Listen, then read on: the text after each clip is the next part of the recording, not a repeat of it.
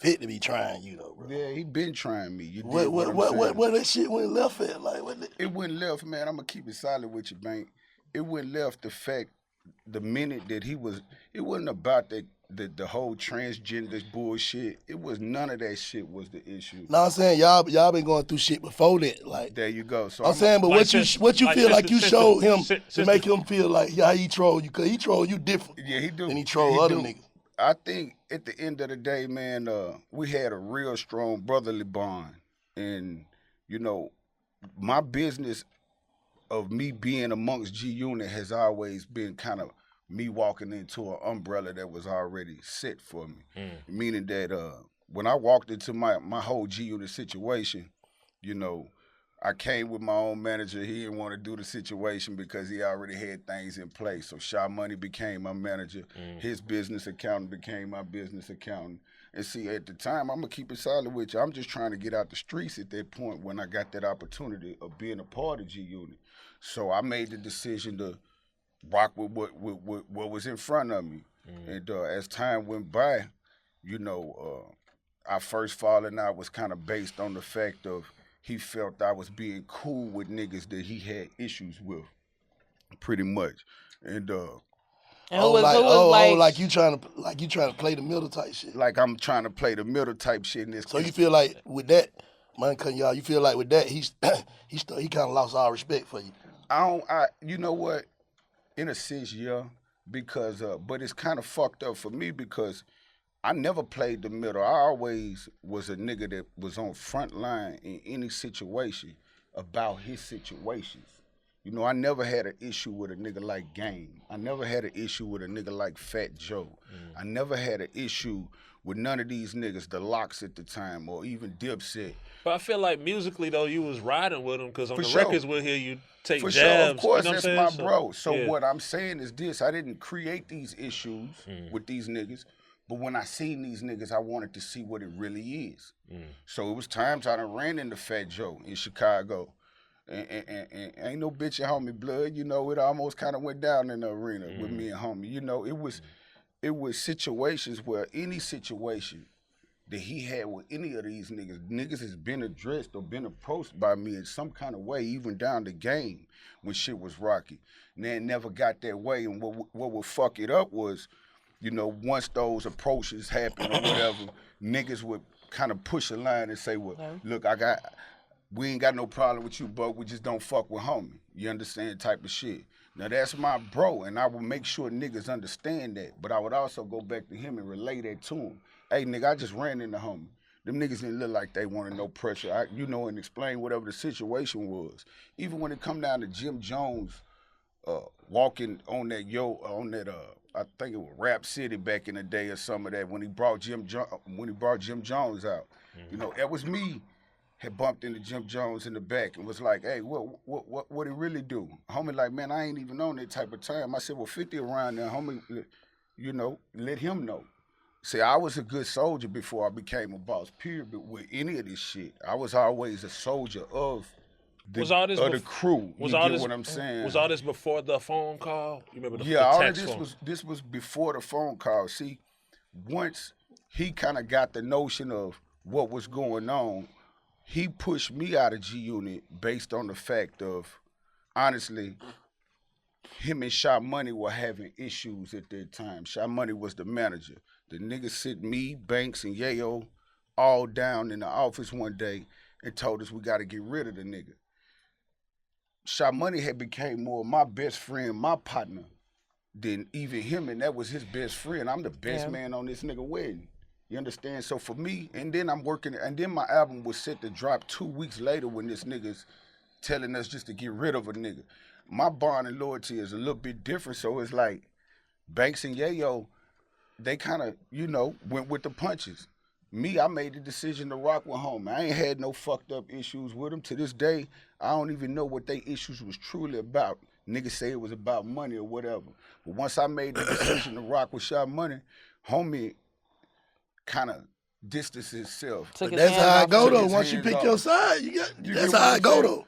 Facts. That's really how I go though, bro. Nah, I respect it. That's exactly how it goes. So and look, I'm the first nigga to say I picked my side. Yeah. So homie took his hands off the situation, and it started that whole, they started doing shows and shit without a nigga. So people were starting to ask, what's up with Buck in the game? You know what I mean? That's when it got to the point where, I had to start relaying, or I would, trying to keep shit in-house business right where it was at. I would say shit like, our schedule's different. You know what I mean? Far as to the people. Just trying to clean it up. Just to try to clean it up, but it got. Why when it is what it is though? That shit started taking the goddamn way. When the nigga found out, okay, did what he was doing, that shit started taking away of what you doing. Nigga started taking away from your credibility all back. But once the nigga... You know what I'm saying? Once you'll clean some shit up, you'll clean it up again, though, Buck. Big facts, listen, though. Once I started to give the energy of telling the nigga, look, nigga, we ain't got no issues. There was already issues of business then in regards to me. Yeah. I was just trying to keep it solid enough to keep it solid with the team and try to keep whatever issues that we would have in-house. All right. I got asked a question in an interview. They was kind of seeing my shit, house and cars and all of that old shit. It was like, yo, bro, how you doing this? How you doing that? And I was being honest. I said, shit, bro, all of this is show money and street money. I ain't never seen a royalty check in my career. You understand what I'm saying? It was facts. Once that got back to 50, well, I got to kind of rewind because I'm going to give you a full outlook of how it broke down.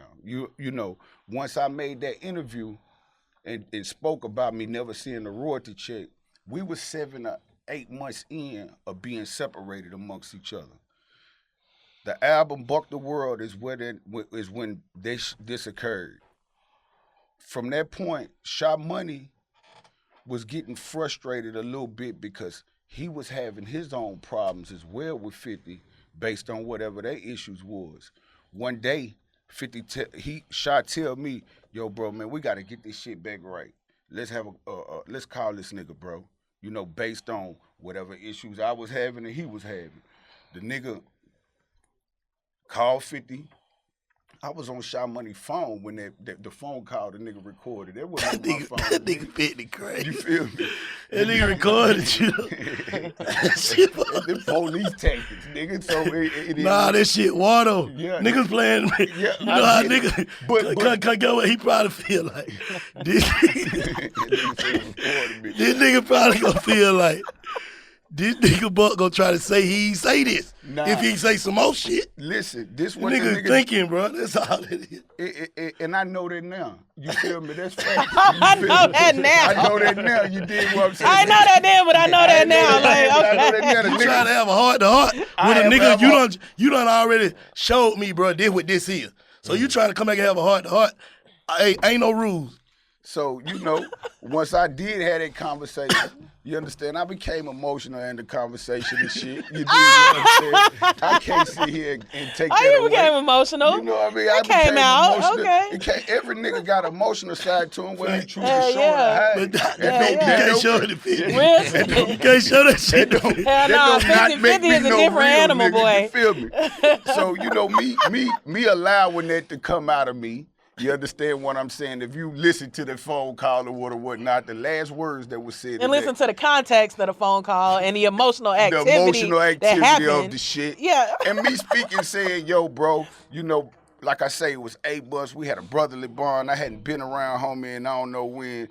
I was just trying to basically, had a conversation on the facts of let's get this shit right. And that's what the last words homie said. In that conversation was, we gonna get this shit right. That was the last one. Yeah, but then a nigga go to thinking like, okay, what if his shit would have went right?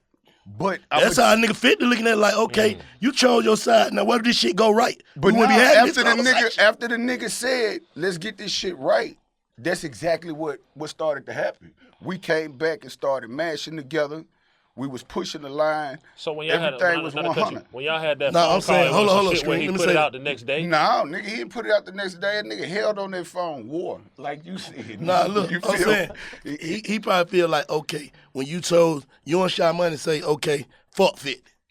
Whatever, because if I ain't fucking with you, Basically. it's fuck. It's fuck you. Yeah. Okay, when you and Sha Money when it said fuck 50, and 50 kept doing what he doing, and y'all started doing what y'all doing, if y'all shit would have exceeded whatever y'all was doing, he probably feel like you wouldn't want to get it right. No, we was doing what we was doing, what we was basically on track to do with him. Nigga, I'm dropping an album on G Unit Records. This is my second album. Oh, you saying you was already? Oh, you want? You didn't go independent? Hell no, I didn't say fuck 50 to go independent. Okay, Nigga, my bad. We still working on the second. We working on the second fucking project. Yeah, Straight out of Cashville had dropped. Now we on Buck the World. So this is happening with Buck the World project. Yeah. Like I said, nigga, my album was slated to come out in 2 weeks.